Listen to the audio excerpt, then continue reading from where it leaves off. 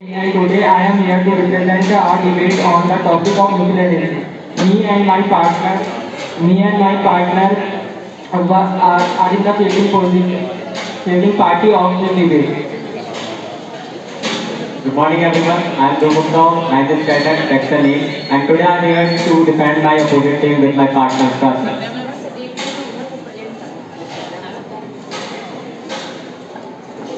तो आज की इस डिबेट में हम लोग न्यूक्लियर एनर्जी के बारे में बातें करने वाले हैं। तो न्यूक्लियर एनर्जी एक ऐसी एनर्जी है जिसे हम बहुत ज़्यादा अमाउंट में एनर्जी क्रिएट कर सकते हैं। तो एनर्जी जो है क्या बोलते हैं न्यूक्लियर एनर्जी। तो न्यूक्लियर एनर्जी एक ऐसी एनर्जी है जो हमें बहुत ज़्यादा फ्यूचर में बेनिफिट करने वाली है। न्यूक्लियर एनर्जी में हम जैसे एग्जांपल ले सकते हैं, जैसे एक सन एक न्यूक्लियर एनर्जी प्लैनेट है जिसे हम बहुत ज़्यादा अमाउंट में न्यूक्लियर एनर्जी निकलती है और वो पूरी अर्थ को ग्लो करता है। और इसी प्रकार जैसे हम कोल का एग्जांपल लेते हैं, कोल अब भारत में बहुत ज़्यादा कम मात्रा में प्रेजेंट है, तो जिसके कारण हम कोल को हम ज़्यादा साल तक यूज़ नहीं कर सकते। 50 से 100 साल हम बस कोल को यूज़ कर सकते हैं। और जहाँ तक की बात है, अब हम फ्यूचर में किसी चीज़ को यूज़ करेंगे तो इसके लिए हम न्यूक्लियर एनर्जी पे जा सकते हैं। और न्यूक्लियर एनर्जी जैसे 600 से 1000 किलो तक क्या हम यूज़ करते हैं कोल, तो वो 6 घंटे बिजली को लाइट अप करने के लिए सफिशिएंट है। अब उसी के लिए हम बस 1 किलो थोरियम से 6 घंटे को बिजली को लाइट अप कर सकते हैं। तो इससे न्यूक्लियर एनर्जी का हमें पता चलता है कि वो कितने ज़्यादा अमाउंट में इलेक्ट्रिसिटी प्रोड्यूस कर सकती है। तो हम न्यूक्लियर एनर्जी की हम फ्यूचर में बढ़ने की सोच रहे हैं, बट ऐसी न्यूक्लियर एनर्जी का क्या फायदा जो हमारे ह्यूमन स्पीसीज को अपने रिस्क पे डालते हैं। ऐसा न्यूक्लियर एनर्जी यूज करें क्योंकि हम अपने ह्यूमन को उस पर दाव पे लगाते हैं। न्यूक्लियर एनर्जी जो है सबसे ज़्यादा पावरफुल एनर्जी मानी जाती है क्योंकि उसके बेस पर प्लूटोनियम पाया जाता है और प्लूटोनियम जो है उसमें जो होता है रेडियो एक्टिव पार्टिकल्स होते हैं जो कि बहुत ज़्यादा डेंजरस है और जिसके रेडिएशन से बहुत ज़्यादा हमें हमारी लाइफ में बहुत मतलब कहते हैं डेंजर प्रभाव पड़ेगा। तो ऐसी एनर्जी किस काम की जब आप यूज करने वाले नहीं बचोगे। अगर इसका एक ड्रॉप अगर यहाँ पे फैल गया तो उससे रेडिएशन होगा, उससे हमारी ह्यूमन स्पीसीज पे कितना फर्क पड़े। जैसे कि हमारा कोरोना जो पैंडेमिक था उसमें पे कितना फर्क पड़ा था, तो वैसे ही जब हम न्यूक्लियर एनर्जी यूज करेंगे जब अगर उसका रेडिएशन फैलता है तो फिर उस टाइम पे जो रिस्क लेगा कौन लेगा, गवर्नमेंट लेगी या फिर हमारे साइंटिस्ट लेंगे। तो जो प्लूटोनियम है पहले तो हम उसे हम कहते हैं ओशन में डंपिंग कर देते थे, बट आज के टाइम पे उसे डंपिंग नहीं करते क्योंकि उसे बैन कर दिया गया है। तो आज अमेरिका उसे स्टोर कर रही है, बट ऐसा तो है नहीं कि एक टाइम आएगा जहाँ पर हम स्टोरेज की हमारी फुल हो जाएगी। तो उसका क्या करोगे, जमीन में डालोगे, जमीन में डिके भी नहीं होगा क्योंकि 10,000 साल तक वो डिके नहीं हो सकता। तो फिर उससे हमारा रेडिएशन से हमारी बहुत सारी कहते हैं बीमारियाँ हो सकती है, तो उसका कुछ इलाज है। अब जहाँ तक बात करनी उन्होंने न्यूक्लियर एनर्जी, तो न्यूक्लियर एनर्जी को हम सबसे पहले जो है न्यूक्लियर एनर्जी 2 टाइप की होती है, एक डिस्ट्रक्टिव और एक इलेक्ट्रिसिटी वाली। तो इलेक्ट्रिसिटी की बात करते हैं हम, तो इलेक्ट्रिसिटी में हम जो यूज़ करते हैं न्यूक्लियर एनर्जी में, तो हम 5% ऑफ यूरेनियम यूज़ करते हैं, मतलब 5% ऑफ प्योर यूरेनियम। तो उससे जो रेडिएशन निकलता है वो बहुत ज़्यादा मात्रा में तो नहीं निकलता है जितना हम न्यूक्लियर डिस्ट्रक्शन में निकलता है। तो इससे जो है एक तो पहली सॉल्यूशन ये होगा कि रेडिएशन ज़्यादा मात्रा में नहीं निकलता है, तो जिसके कारण हमें स्टोर करने में उतनी तकलीफ नहीं आई है। और जहाँ तक की बात है, हम पहले डंप कर देते थे, ये सब बैन हो चुका है। तो इसके लिए हमने अलग अलग चीज़ें हमारे पास हैं जिससे हम इसे टेक्नोलॉजी में यूज़ कर सकते हैं। टेक्नोलॉजी एडवांसमेंट बहुत ज़्यादा हो रही है हमारे पूरे वर्ल्ड में। तो सबसे पहले हम इसे जैसे मोबाइल टेक्नोलॉजी कंपनीज हैं और हम इसे बैटरी के रूप में यूज़ कर सकते हैं। और इसे हम कैसे बैटरी के रूप में यूज़ कर सकते हैं, जिस प्रकार से सबसे पहले हम यूज़ कर सकते हैं इसे स्टील और ईंट का एक बेस बना के, जिसे हम बहुत ज़्यादा कंप्रेस करें तो इसे हम एज ए बैटरी यूज़ कर सकते हैं। तो इन्होंने कहा कि कम रेडिएशन होगा, जैसा कि हमने स्टोरी पढ़ी है कि एक बेकार मछली पूरे तालाब को गंदा करती है, तो क्या हमारा थोड़ा सा रेडिएशन पूरे वर्ल्ड में अफेक्ट नहीं करेगा। और बात रही, इन्होंने कहा है कि उनसे मोबाइल की बैटरी यूज करेंगे, लेकिन उसके लिए हमें क्या चाहिए, नॉन रेडियोएक्टिव डायमंड, और उसका जो कॉस्ट आता है 1 कैरेट का वो आता है 2.5 लाख। तो वैसे अभी पैंडेमिक की वजह से हमारी जो इकोनॉमिकल सिचुएशन है ज़्यादा बढ़िया नहीं है, तो फिर हम इतना पैसा कहाँ से लाएंगे। 2.5 लाख का उसमें हम कोटिंग करेंगे और 50,000 का फोन मान लो। आजकल आईफोन 7 गार्डियन को भी 2 लाख से ज़्यादा नहीं आता, कोई 3 लाख का फोन लेगा। यहाँ पे कोई है मुकेश अंबानी, अब जहाँ तक की बात करी इन्होंने नॉन रेडियो एक्टिव डायमंड की, मैंने यहाँ पर पहले ही क्लियर कर दिया कि हमें नॉन रेडियो एक्टिव डायमंड नहीं चाहिए, हमें चाहिए स्टील और पील। इसे हम कंप्रेसिबल फॉर्म में अगर हम 2 से 4 लेयर की कोटिंग करें तो ये सफिशिएंट है रेडियो एक्टिव मटेरियल्स को रोकने के लिए। और इसे बहुत ज़्यादा साल तक हम इसे एज ए मोबाइल बैटरी में यूज़ कर सकते हैं जब तक हमें दूसरा कोई सॉल्यूशन ना मिले। तो इन्होंने कहा कि हम कंप्रेस कर लेंगे, कितना कंप्रेस करोगे बताओ? किसी भी चीज का जो सॉल्यूशन होता है ज्यादा से कितने, चलो मैथ का कोई सॉल्यूशन ले लो, कम से कम हमें 1 लाख तो लिखनी पड़ेगी, कितना कंप्रेस करोगे ये बताओ? और बात रही कंप्रेस की, इन्होंने कहा इसके लिए यूज कर लेंगे।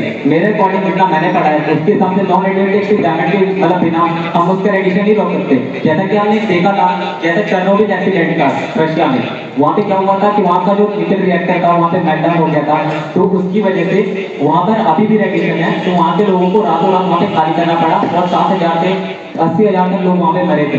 तो उसकी रिस्पॉन्सिबिलिटी कौन लेगा? और बात रही वहाँ की जो लैंड होगी वो तो खराब हो गई, और बात रही अगर हम न्यूक्लियर एनर्जी यूज करते हैं तो पहले हमें उसकी माइनिंग करनी पड़ेगी, और माइनिंग के लिए हमें 5 किलोमीटर की रेंज की हमें वहाँ पे लैंड चाहिए, क्योंकि हम कितने माइनिंग करें, लेकिन वहाँ के जो लोग वहाँ पे नहीं रह सकते। क्यों? क्योंकि वहाँ पे यूरेनियम की माइनिंग करने वाले हैं। तो 5 किलोमीटर की वहाँ पे लैंड आप वहाँ से हटा लो। और बात रही जब हम न्यूक्लियर प्लांट लगाएंगे वो लगाएंगे ओशन और लेक के पास। क्यों? क्योंकि हमें वाटर चाहिए, क्योंकि हम उस एनर्जी को वेपराइज करेंगे और फिर हम कंडेंस करेंगे, फिर दोबारा उसे लेक में डालेंगे, लेकिन यूजुअली उसमें 100 फारेनहाइट टेम्परेचर रह जाएगा। तो क्या उससे मेंटेनेंस इफेक्ट नहीं होगी? और मेंटेनेंस इफेक्ट होगी तो क्या बस वो वाला सारे तो हम अपनी लीजिए, उनको कौन संभालेगा? हम भी तो हैं एक तरीके से, उनके लिए हम तो गॉड है, हमें उनका बुरा सोचते हैं, हमें उनका अच्छा सोचते हैं।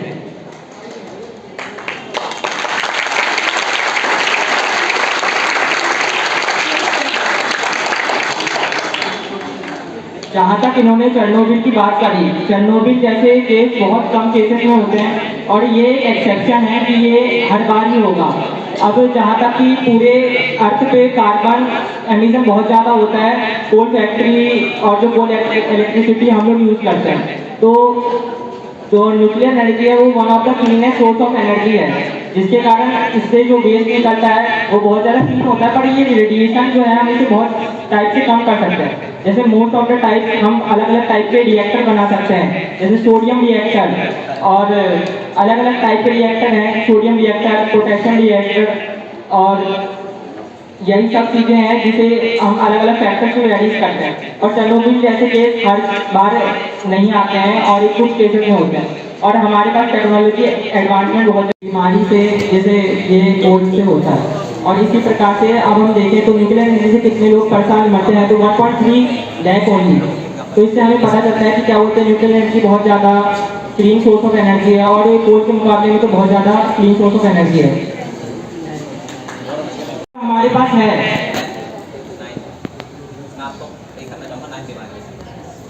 16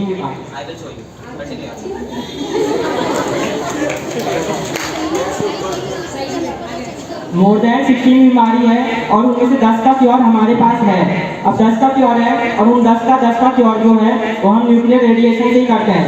रेडिएशन, एक्सरे रेडिएशन होता है, कितनों का यहाँ पर एक्सरे हो रखा है, एक्सरे हो रखा है, सीटी स्कैन होता है, और रेडिएशन रेडियोथेरेपी आपने सुनी होगी। अब जो है अब वो तो रेडिएशन बेकार होता है। रेडिएशन से कितने लोगों की जान बचती है वो आप सभी को पता होगा। एक्सरे से, अब जब एक्सरे नहीं था उससे पहले हम कैसे पता करते थे कि क्या बोलते हैं किसकी हड्डी कहाँ पर टूटी है, किसको कहाँ पर फ्रैक्चर हुआ है? क्या हम सर्जरी कर करके देखेंगे? बताइए, है किसी को इसका पास जवाब? अब जैसे अब हम सीटी स्कैन एक बहुत बड़ी एक ऐसी चीज़ है जिससे हमें पता चलता है कि इंटरनल बॉडी में कितनी सारी बीमारियां हैं, और इससे पूरी बॉडी का एक स्कैन टाइप का हो जाता है। और मेनली और जो रेडियोथेरेपी होती है उससे हमें पता चल जाता है कि कितने टाइप के, मतलब ब्रेन ट्यूमर और थायराइड कैंसर, बहुत सारी चीज़ों का बीमारी जो है वो रेडिएशन से ही ठीक होता है। तो रेडिएशन को हम यूज़ करना चाहें तो हम अच्छी चीज़ों में भी यूज़ कर सकते हैं। जो न्यूक्लियर वेस्ट होता है उसे रेडिएशन को कर सकते हैं। किसी ने किया किसी ने सबसे पहले जो हमने जो न्यूक्लियर बनाया था, किसने बनाया था? डिस्ट्रक्टिव पर्पज से। आज किसने करा? आज भी तो 20% यूज कर रहा है ना, पूरा वर्ल्ड 10% यूज कर रहा है। उसका जो वेस्ट है कौन लेगा? तो अपने घर में रखना चाहेगा, और रख भी लिया तो आस पड़ोस को क्या जाएगा? आस पड़ोस वाले तो मारोगे तुम साथ में, बात रही ऐसी रहेगी। पहले हड्डी टूटती थी, को मरा यहाँ पर? हड्डी टूटने से कोई मरा तो बताओ मेरे को, और बात रेडिएशन से ठीक करेंगे।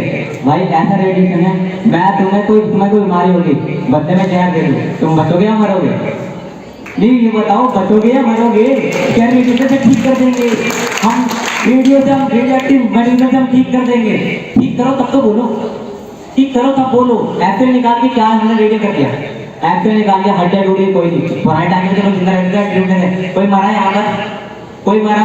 अभी मैं दिखाता हूँ, अभी न्यूक्लियर रेडिएक्टिव से कितने लोग मरे? जापान में मरे, रशिया में मरे, चाइना में मरे, बताओ कोई ध्यान कर?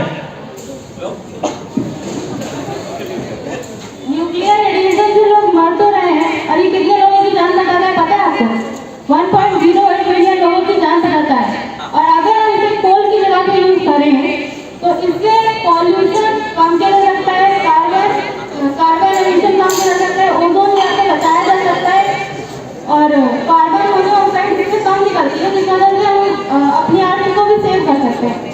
और ओजोन लेयर अगर हमें होगी नहीं, कोल यूज करते रहेंगे तो हमारे पास डिजीज, इसके सारे डिजीज हो जाएंगे ना, कि उसे ठीक करना इम्पॉसिबल है ना। और क्या कहते हैं, ग्लोबल वार्मिंग है, तो इससे ग्लेशियर पिघलने की वजह से ना जाने कितने हादसे होते हैं, और उसमें कितने लोग मरते हैं, कोई एस्टिमेट है? ना जाने कितनी कोल माइनिंग में भूकंप की वजह से कितने लोग वर्कर्स कितने मरते हैं, कोई एस्टिमेट है? तब कुछ भी हो सकता है ना, डिफॉरेस्टेशन भी होता है इससे।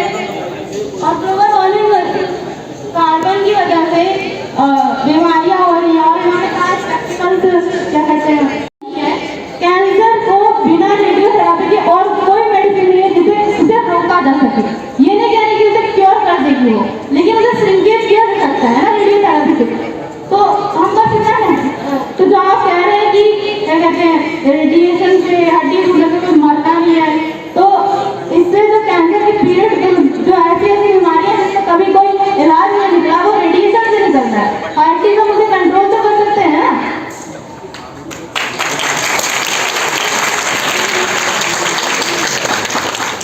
अब जैसे ध्रुव भाई बोल रहे थे कि क्या बोलते हैं, ये जो कोल है अभी जब 50 साल तक खत्म नहीं होगा तब तक हम बना लेंगे दूसरी एनर्जी, है ना। अब बना लेंगे उसको तब सोचेंगे, अभी न्यूक्लियर एनर्जी नहीं यूज करेंगे। कोल से हमें एयर पॉल्यूशन होता है, 5 से 10 किलोमीटर तक की लैंड जाती है, और कार्बन एमिशन होता है अलग, कार्बन मोनोऑक्साइड रिलीज होता है, उससे हमारे ब्रेन को खतरा होता है, वो अलग। और ये जो एयर पॉल्यूशन हो रहा है, ग्लोबल वार्मिंग हो रहा है, वो अलग। कितने सारे देश होंगे जो पानी में समापित हो गए हैं ग्लेशियर के टूटने से, पिघलने के वजह से। तो इसका कोई जवाब है ध्रुव भाई के पास? तो इन्होंने कहा कि कुछ लोग बचेंगे, ठीक है, इन्होंने कहा कुछ लोग बचेंगे, ठीक है। यहाँ पर तकरीबन 200 लोग होंगे, अप्रॉक्स मान लो। मैं 200 को बचा, मतलब मैं 100 को बचाने में 100 को मार दो, कौन आएगा मरने के लिए, बताओ? इन्होंने कहा आधे लोग बचे भी तो हैं। अरे आधे बचे किस बात के, जो तुम्हें आधे तुमने तो जॉब पे लगा दिए, तुम्हें मैंने 100 रुपए दिए, 50 रुपए तुमने ऐसे तुमने फेंक दिए, और 50 रुपए तुमने कुछ खा लिया, तो तुम्हारा को फायदा है? फायदा है? अब बात रही इन्होंने कहा लंग्स खराब हो जाएंगे, अस्थमा हो जाएगा। अरे भाई रेडिएशन की जो बीमारी हो रही है वो भी तो देखो। स्टार्टिंग आप किसी को अगर ब्लड सिस्टम हो गया रेडिएशन से, तुरंत मर जाएगा, हॉस्पिटल भी लेके जा पाओगे। और अस्थमा तो भाई कम से कम सही कर सकते हो कि नहीं? और जब ये न्यूक्लियर एनर्जी आई, उसमें भी आने में टाइम लगा था। जो आज हम न्यूक्लियर एनर्जी पे जो हम टाइम वेस्ट कर रहे हैं, उसकी जगह हमको न्यू एनर्जी पे करो, उस पर उतना टाइम इन्वेस्ट करोगे तो कुछ नया मिल जाएगा। पुराना गूगल का तो यही तो है, पुराना माल भेजो और नया माल लाओ। तो वही तो है यहाँ पर, हमें बेकार की क्यों करनी है, क्यों यूज करें? जैसे इन्होंने कहा था कि चेरनोबिल में, जैसे कि चेरनोबिल 80 केस है, पर ये सिर्फ एक केस नहीं है। कार्स्टन भी एक ऐसा केस था जिसमें केमिकल एक्सप्लोजन से हुआ था, उसमें भी एस्टिमेटेड 200 पीपल्स को कैंसर हुआ था। क्या वो काफी नहीं है? अभी ये लोग बोल रहे हैं कि जैसे चेरनोबिल एक केस है, मैंने बोला था चेरनोबिल एक एक्सेप्शन है। अब हर जगह तो होगा नहीं कि क्या बोलते हैं, जैसे अब मैंने ये देखो चेरनोबिल में हुआ क्या था, एक रिएक्टर को मतलब डिस्ट्रक्शन के लिए यूज कर सकते हैं और क्या बोलते हैं हम एनर्जी इलेक्ट्रिसिटी बनाने के लिए यूज कर सकते हैं। अब डिस्ट्रक्शन में ये लोग जो बातें कर रहे हैं जैसे ल्यूकोकेमिया, अलग अलग बीमारी यूज जो कर रहे हैं, तो ये सब होता है ना न्यूक्लियर डिस्ट्रक्शन की वजह से होता है। और ये जो नागासाकी है, हिरोशिमा है, अलग अलग प्लेसेस है जहाँ पर एटॉमिक बम गिरे हैं आज तक, वहाँ पर जो है 95% of pure radio active material, जो रेडियो एक्टिव पार्टिकल्स हैं वो गिरे हैं। और जो हम इलेक्ट्रिसिटी बनाते हैं उसमें मात्र 5% प्योर रेडियो एक्टिव पार्टिकल्स मौजूद रहते हैं। तो उन्हें कम करना बहुत ही ईजिली आसान रहता है और उनमें प्लूटोनियम की भी मात्रा बहुत कम हो जाती है because of the chain breaking process. इनको पता होगा तो बताएंगे चाहिए आप। उन्होंने कहा कि डिजास्टर कैसे कभी कभी हो जाता है। डिजास्टर तुमसे पूछ कर आया कभी? किसी अर्थक्वेक ने कहा किसी से कि मैं आने वाला हूँ? किसी सुनामी ने कहा कि आज मैं बहा कर ले जाऊंगा? आने के लिए कभी भी कुछ भी आ सकता है। अभी आप यहाँ बैठे हो, अर्थक्वेक से अगर बिल्डिंग गिर के नीचे मर जाओगे, किसको पता कब आने वाला है? इनको पता या आपको पता है? और बात रही आप एक ही केस पर डर के चलना मिलते, आपको दूसरे केस पर जाना, इसीलिए फुकुशिमा वाला केस ले लो। फुकुशिमा न्यूक्लियर केस आपको पढ़ा ही होगा। एक्सेप्शन है लेकिन आप कुछ कर सकते नहीं ना इसका, जब तक कोई जब वो क्वेश्चन तब तक नहीं आता जब तक वो सॉल्यूशन नहीं निकलता। ये बात हमेशा दिखोई गई है। मैथ का आपको पता नहीं होगा, आपने पढ़ा ही होगा कि हर क्वेश्चन का सॉल्यूशन होता है। कोई सॉल्यूशन बता दो, हम मैथ क्या मानेंगे टाइम से आप छोड़ देंगे। ये कहना चाहते हैं कि हम न्यूक्लियर एनर्जी ना यूज करें, कोल ना यूज करें और कोल पे डिपेंडेंट रहें, है ना? यही कहना चाहते हो आप? तो कुछ कहना चाहते हो तो वो ये कह रहे हैं कि कोल से जो न्यूक्लियर एनर्जी है।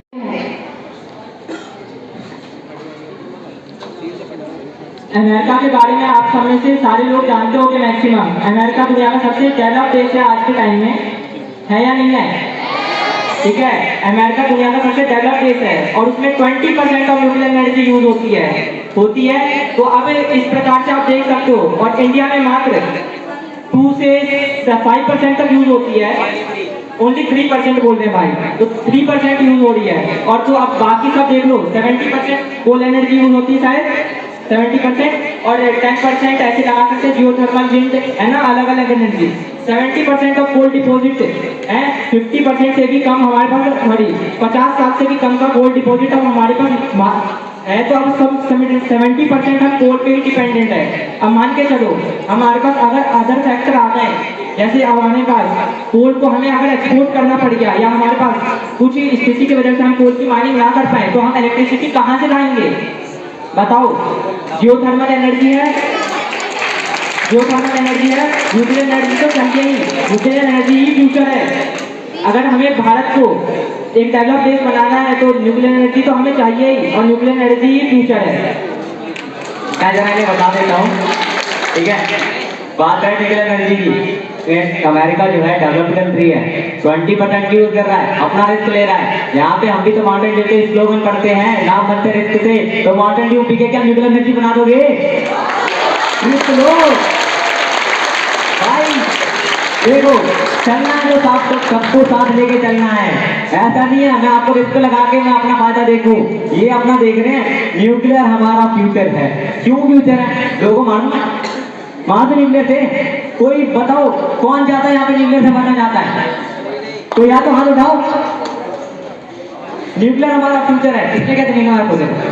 किसने कहते न्यूक्लियर हमारा फ्यूचर है? नहीं बता दो। अभी इंडिया में 3% स्टार्ट हुआ है, तब जाके मैं कह रहा हूँ कि उसके रेडिएशन से लोग कितने मरेंगे। कोल के स्टार्ट होते जब कोल से जब इलेक्ट्रिसिटी प्रोड्यूस कर रहे थे, किसी ने कहा कि भाई तुम मर जाओगे 2 महीने में? किसी ने कहा?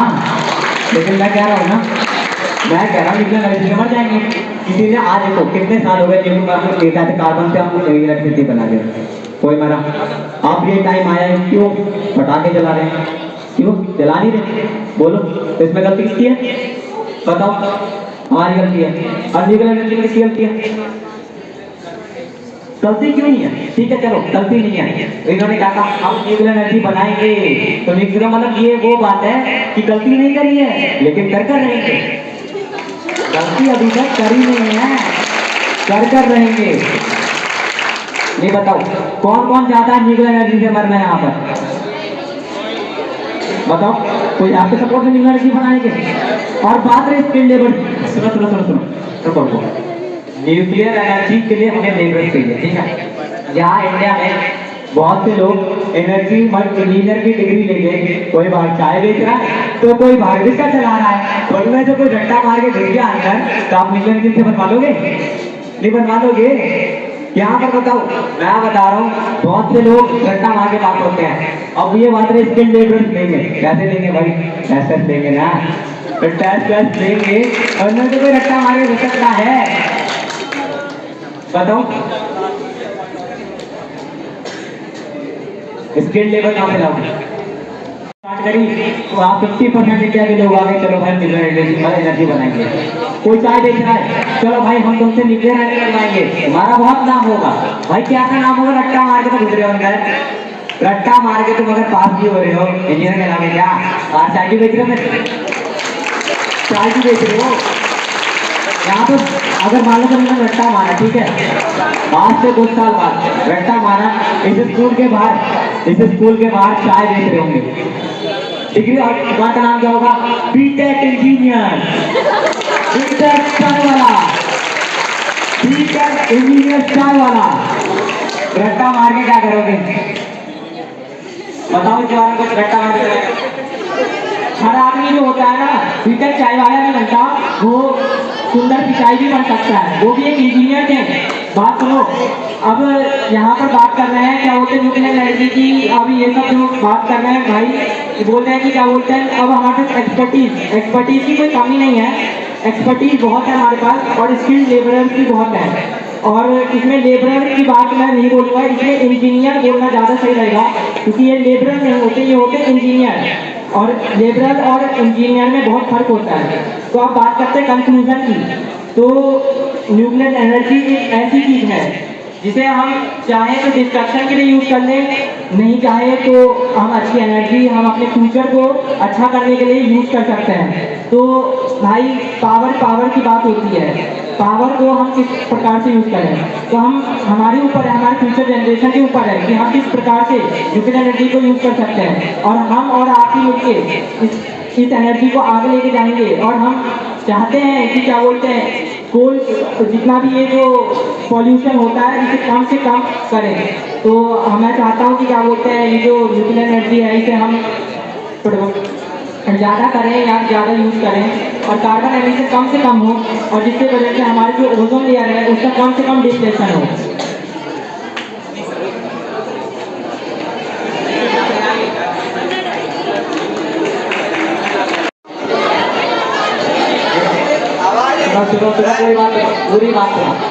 पूरी बात सुनो। इन्होंने कहा हम आपके साथ लेकर चलेंगे न्यूक्लियर एनर्जी को, हम लेबर नहीं इंजीनियर बोलेंगे। यहाँ पे बताओ कौन कौन इंजीनियर बनना चाहता है? कौन कौन? वो और डॉक्टर वो। अब इनमें से ये बताओ कि रट्टा मारे कौन पास होगा? कोई हाथ नहीं खड़ा करेगा, कोई हाथ नहीं खड़ा करेगा। जब ये लेबर लेके क्या करेंगे, जो रट्टा किसी से पास नहीं होंगे। देखो अब इसके मैं बता देता हूँ, क्या करने वाला। अगर हम न्यूक्लियर एनर्जी करेंगे सबसे पहले एनवायरमेंट पे इम्पैक्ट पड़ेगा, दूसरा वाटर कहाँ से लाओगे, तीसरा लैंड कहाँ से आएगी, और चौथा इकोनॉमी कहाँ से बढ़ाओगे। इकोनॉमी कहाँ से बढ़ाओगे? अभी सोल्यूशन वैसे इतनी पैकेज चली गई है, ठीक है। तो यही जो है, इतने सारे जो फैक्टर्स हैं, इसको आप जानने के बाद आप न्यूक्लियर एनर्जी के साथ जाओगे। अभी हमने बोला कि हम आपको 7 दिन चलेंगे एनर्जी का, कौन जाएगा बताओ? मैं बताओ और दिखाओ कौन जाना चाहेगा? कोई नहीं। तो इसका मतलब यही है ना कि हमें एनर्जी होनी चाहिए। वो डॉक्टर ने कहा कि आप 1 महीने बाद मरोगे, लेकिन अभी आप तुरंत ही मरने वाले, तो हमारे पास अभी इतना कॉल है कि अभी हम कुछ ना कुछ इन्वाइट कर सकते हैं। तो न्यूक्लियर एनर्जी क्यों जाना? Thank you, that's it.